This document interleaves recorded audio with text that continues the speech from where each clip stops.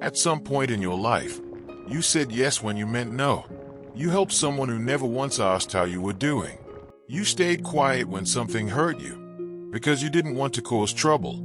You bent yourself into a shape that made everyone else comfortable, while you quietly fell apart. And the strangest part, nobody noticed, because you were too good at pretending everything was fine. This is the story of Elias. Elias grew up in a modest home on the edge of a small town. His father worked long hours at a factory and came home too tired to talk. His mother was warm but overwhelmed, raising 3 children with very little help and even less rest. In a house like that, the child who caused the least trouble got the most peace, and Elias learned that lesson young. He was the middle child, not the oldest who got responsibility, not the youngest who got attention. He was the one in the middle who learned to disappear just enough to keep everyone comfortable. When his parents argued, Elias went quiet. When his older brother was in a bad mood, Elias stayed out of his way. When his mother looked exhausted, Elias cleaned the kitchen without being asked. Not because someone told him to, but because making things easier for others made him feel safe. By the time he was 10 years old, Elias had already mastered something that would follow him for the next 2 decades. He had mastered the art of reading the room. He could sense tension before it became an argument. He could feel when someone was unhappy and immediately ask himself, "What can I do to fix this?" To the adults around him, this looked like maturity. They called him an old soul. They said he was so thoughtful, so considerate, so easy. But no one stopped to ask what it cost him. No one noticed that the boy who was always making everyone else comfortable had no idea what made him comfortable. No one asked what he wanted because he never complained. And when you never complain, the world assumes you are fine, even when you are not. By the time Elias reached secondary school, his reputation had already been written for him. He was the reliable one, the one you called when you needed something done. Teachers trusted him to stay behind and set up for events. Classmates borrowed his notes, his pens, his time. Friends pulled him into their dramas and left him to carry the weight of their problems long after they had moved on. There was a boy in his class named Marcus who was loud and confident in the way Elias never was. Marcus failed an important exam and asked Elias to help him study. Elias spent 3 evenings helping Marcus go through every topic. He skipped football practice to do it. He stayed up late 2 nights in a row. When Marcus passed, he celebrated with his other friends. He did not thank Elias.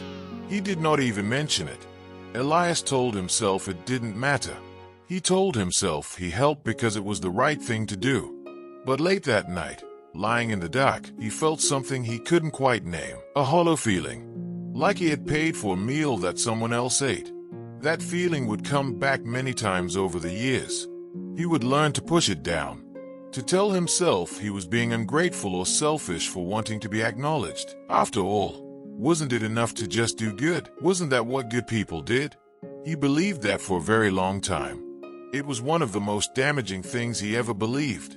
Elias moved to the city at 22 with 2 bags and a quiet hope that things would be different. He got a job at a mid-sized company doing administrative work. He was good at it, organized, dependable, always the first to arrive and the last to leave. Within 6 months, his manager had noticed him, but not in the way Elias had hoped. She noticed that Elias never pushed back, that if you gave him extra work, he took it without complaint, that if a deadline moved, Elias adjusted, that if a colleague dropped the ball, Elias quietly picked it up. So the work kept coming, more and more of it, piling onto his desk like everyone had agreed, without saying a word, that Elias was the one who would handle it. He told himself he was being a team player. He told himself this was how you proved yourself. He told himself that one day it would be recognized and rewarded. But the months turned into years, and the recognition never came in the way he imagined. Instead, what came were more requests, more last-minute favors, more of his evenings and weekends disappearing into other people's priorities. Outside of work, it was the same story. His friend Daniel called every time something went wrong in his life, a bad breakup, a problem with money, a fight with his family. Elias was always there, listening for hours, offering advice, checking in the next day. But when Elias went through something hard of his own, Daniel was distracted, Too busy. You'll be fine, Daniel always said. You're the strong one. And Elias smiled and said yes, because that is what the strong one does. They hold on. They don't need. They cope, even when they are barely holding on themselves. It was a Tuesday morning in late autumn when Elias finally broke. Not in a dramatic way, not with tears or shouting or any of the ways people imagine breaking. He broke quietly. In the most ordinary moment possible, he was standing in his kitchen making coffee. His phone was already buzzing with messages. His manager needed a report moved up by 2 hours. His neighbor wanted help carrying something heavy after work. His cousin had sent a long message about a family situation that somehow required Elias to mediate. And Daniel, who had been going through a rough patch for 3 months, had sent a voice note that was 11 minutes long. Elias stood there holding his coffee cup, and he simply could not move. Not because he was lazy, not because he didn't care, but because his body, the body that had been running on empty for years, finally refused. He stood at that kitchen counter for a long time. The coffee went cold. He didn't drink it. He sat down on the kitchen floor. Not because he planned to, but because his legs just stopped. And sitting there on the cold tile, back against the cupboard, he looked around his flat. It was neat and functional, but there was nothing in it that was truly his. No half-finished project he was excited about. No book he was reading for pleasure. No evidence that the person who lived here had any dreams of their own. Just a space that existed to rest between one act of service and the next. And for the first time in his adult life, Elias cried. Not out of sadness exactly, but out of grief. He was grieving the years he had given away, the version of himself he had never let grow, the life he kept telling himself he would get to eventually. Eventually had never come, and he was not sure it ever would. 2 weeks after that morning, Elias went to see his doctor.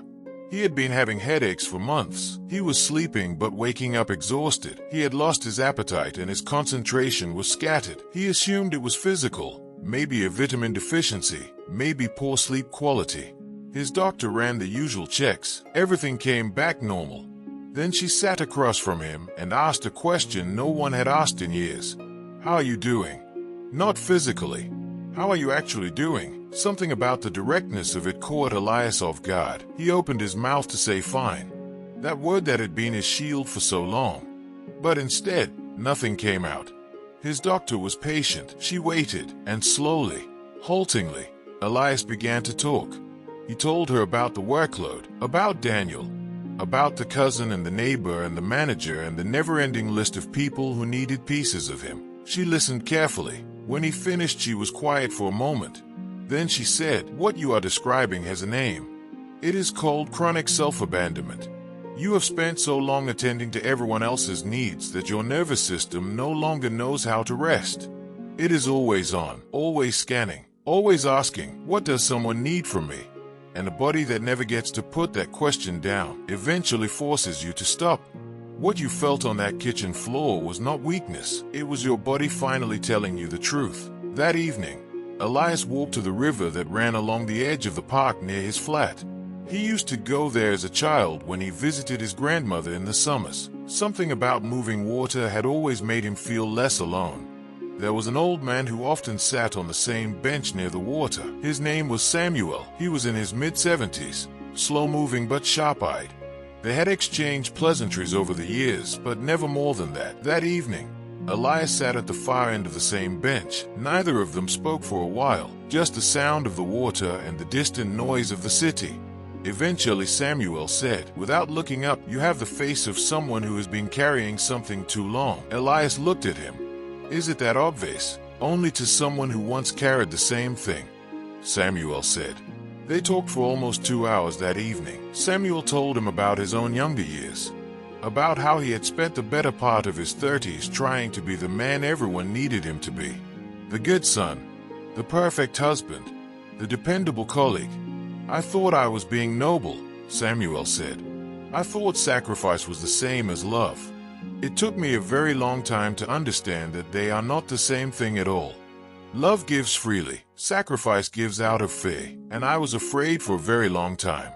Afraid that if I stopped being useful, I would stop being loved. The day I understood that was the day I finally started living. Something shifted in Elias after that evening.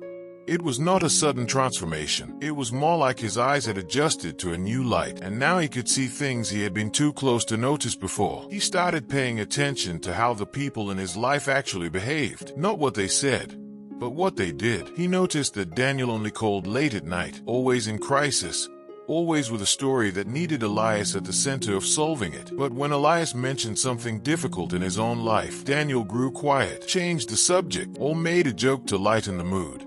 He was not unkind, but he was not truly present either. He was a taker, not out of cruelty, but out of habit, a habit Elias had helped create.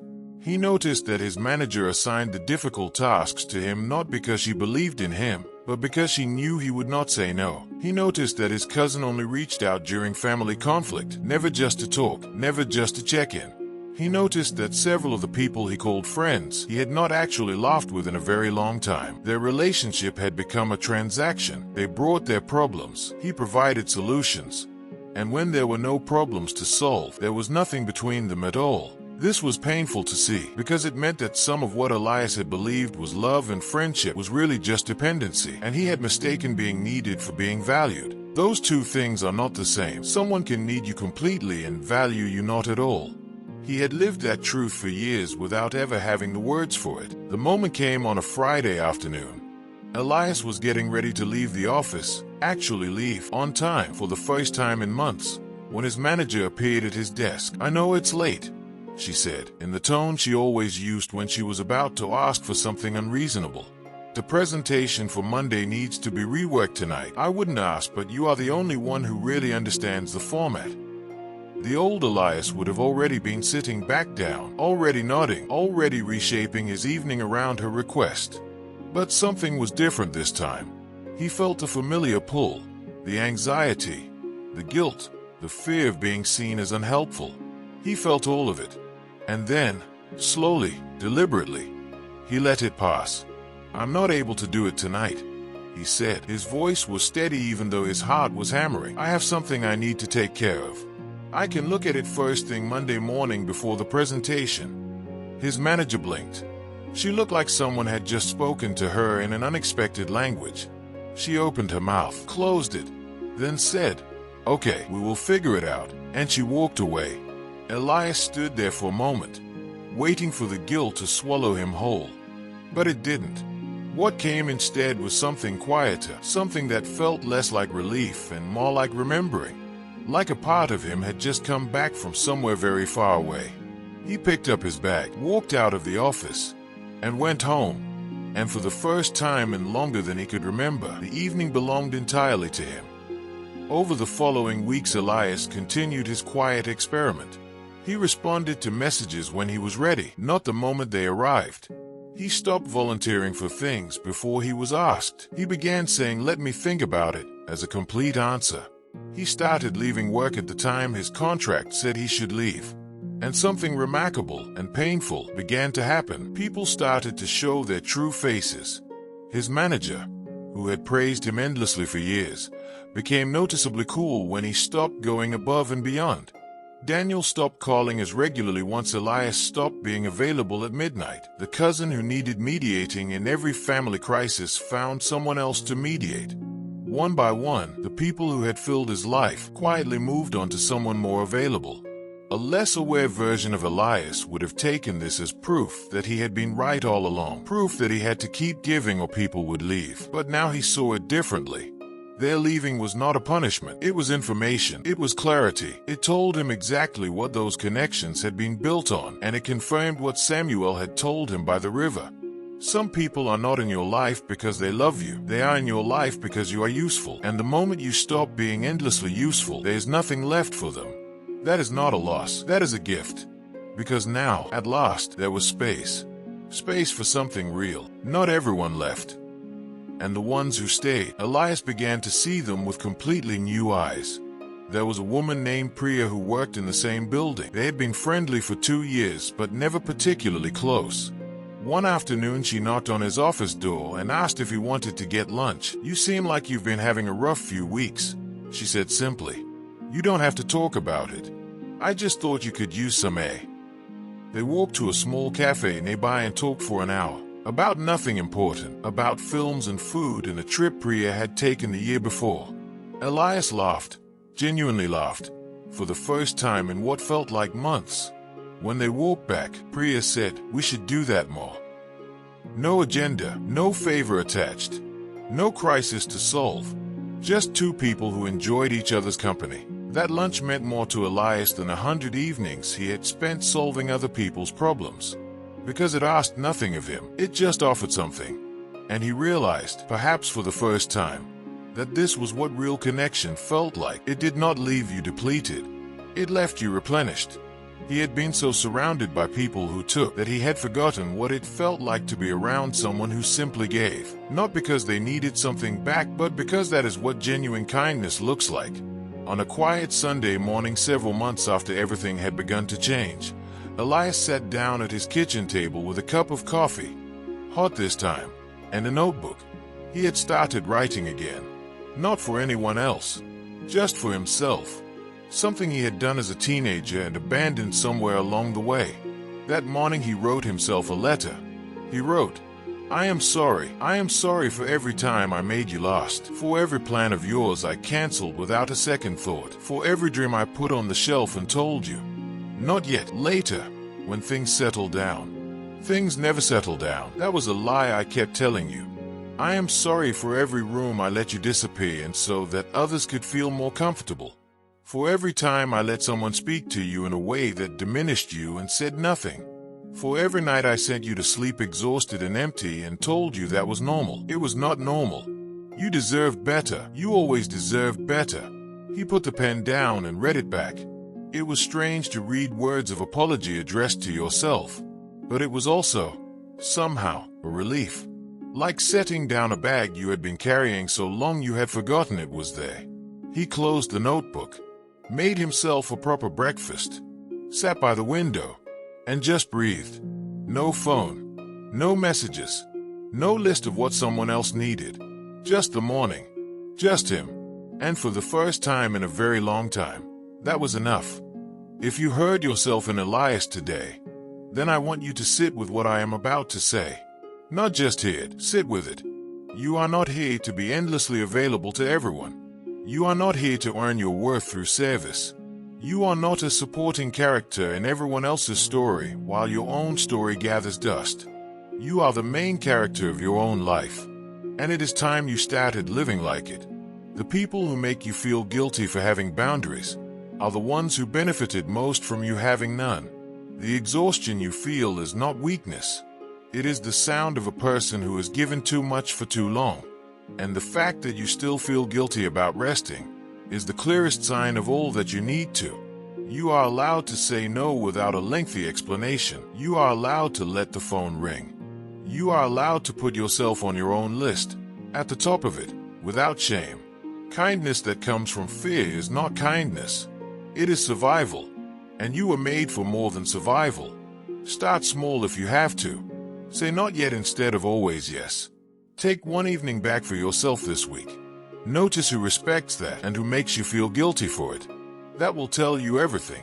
Because at the end of your life, you will not lie there wishing you had said yes more. You will wish you had given more of yourself to yourself. You will wish you had protected your energy for the things that truly mattered. You will wish you had been as kind to yourself as you always were to everyone else. You cannot pour from an empty cup. Fill yours first. Everything else will follow.